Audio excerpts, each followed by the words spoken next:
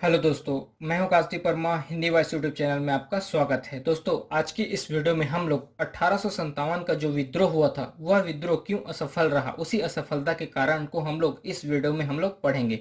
तो चलिए video start करते हैं। देखिए, इसमें हमारा पहला कारण है अंग्रेजों का बेहतर सैन्य संगठन। देखिए, क्रांतिकारी की तुलना में अंग्रेजों के पास बेहतर सैन्य संगठन थे। उनके जो अधिकारी थे, अंग्रेज जो अधिकारी थे, उनके पास यह क्वालिटी थी, यह प्रतिभा था कि वो लोग सेना का नेतृत्व बेहतर ढंग से कर सकते थे। लेकिन क्रांतिकारियों के पास यह सुविधा नहीं थी। नेक्स्ट है भारतीय रियासत पटियाला, लाभा, इलाहाबाद द्वारा अंग्रेजों का साथ देना। ये रियासत ऐसे हैं जिन्होंने अंग्रेजों का साथ दिया। 1800 विद्रोह के समय इन रियासतों ने अंग्रेजों का साथ दिया, न कि क्रांतिकारियों का।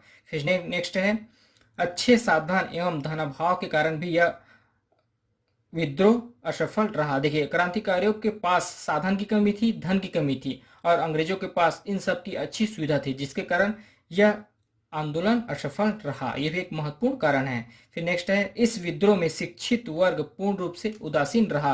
अर्थात शिक्षित वर्ग ने इस विद्रोह का नेतृत्व नहीं किया, इस विद्रोह में साथ नहीं दिया। अगर शिक्षित वर्ग ने इस विद्रोह का नेतृत्व किया होता, अपने भाषण के जरिए लोगों को इकट्ठा किए होते, अपने प्रतिभा दिखाया होता इस विद्रोह में, तो इस विद्रोह का परिणाम कुछ अलग होता। फिर नेक्स्ट है भाग लेने वालों के मध्य एकता का अभाव। यह भी एक महत्वपूर्ण कारण है। जो इस क्रांतिकारी आंदोलन में भाग लिए थे उनके मध्य एकता का अभाव था, और इसी विद्रोह के बाद ही एक जो धीरे धीरे भारत में लोगों के बीच एकता का भाव जागृत होगा। देखिए, कुछ नेता तो ऐसे थे जो अपने स्वार्थ के लिए इस विद्रोह में लड़ रहे थे। फिर नेक्स्ट देखते हैं बहादुर शाह जफर का दुर्बल नेतृत्व। देखिए, 1857 क्रांति का नेता बहादुर शाह जफर को बनाया गया था। यह बहुत बूढ़े हो चुके थे और इसमें नेतृत्व क्षमता भी कमजोर हो चुकी थी। फिर नेक्स्ट देखते हैं इस विद्रोह में राष्ट्रीय भावना का पूर्णतः अभाव रहा था, क्योंकि समाज के सभी वर्गों ने इस विद्रोह में हिस्सा नहीं लिया था। अगर समाज के सभी वर्ग इस विद्रोह में हिस्सा लेते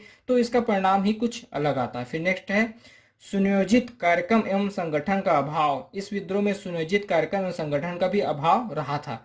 कुछ विद्रोही नेता ने अपने स्वार्थ के लिए विद्रोह में लड़ रहे थे। कुछ विद्रोही नेता अपने निजी स्वार्थ के लिए इस विद्रोह में लड़ रहे थे। फिर नेक्स्ट देखते हैं बहादुर शाह जफर एवं नाना साहब एक कुशल संगठनकर्ता अवश्य थे, पर उनमें सैन्य नेतृत्व की क्षमता में कमी थी। देखिए, बहादुर शाह जफर और नाना साहब अच्छे कुशल संगठन करते थे, लोगों को इन्होंने अच्छे तरीके से इकट्ठा किया विद्रोह के लिए, लेकिन इसमें सैन्य नेतृत्व की क्षमता में कमी थी। यह भी एक असफलता के कारण है। फिर नेक्स्ट है कंपनी की तुलना में विद्रोह के पास साधन सीमित थे।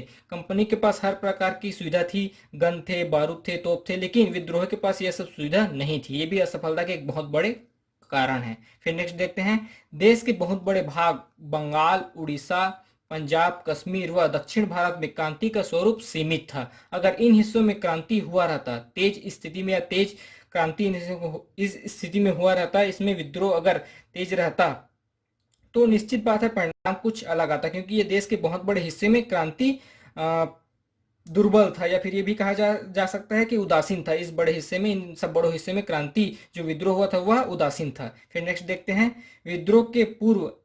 विद्रोह समय से पूर्व प्रारंभ होना। देखिए, 1857 की क्रांति का तारीख तय किया गया था कि यह 31 मई 1857 को स्टार्ट हो गया, लेकिन यह समय से पहले ही स्टार्ट हो गया और सब अलग अलग समय में हुआ, जिसके कारण अंग्रेजों को भी दमन करने में आसानी हुआ। अगर यह एक साथ होता, जिस तारीख को तय हुआ था उसी तारीख को एक साथ होता, तो सभी जगह अंग्रेजों को कंट्रोल करने में भी असुविधा होती, सभी जगह वो लोग विद्रोह का दमन नहीं कर सकते। लेकिन यह अलग अलग समय में अलग अलग जगह पे हुआ, जिसके कारण अंग्रेज वहां जाकर उसका दमन करते थे। फिर नेक्स्ट है विद्रोही क्रांतिकारियों के पास ठोस लक्ष्य एवं स्पष्ट योजना का भी अभाव रहा।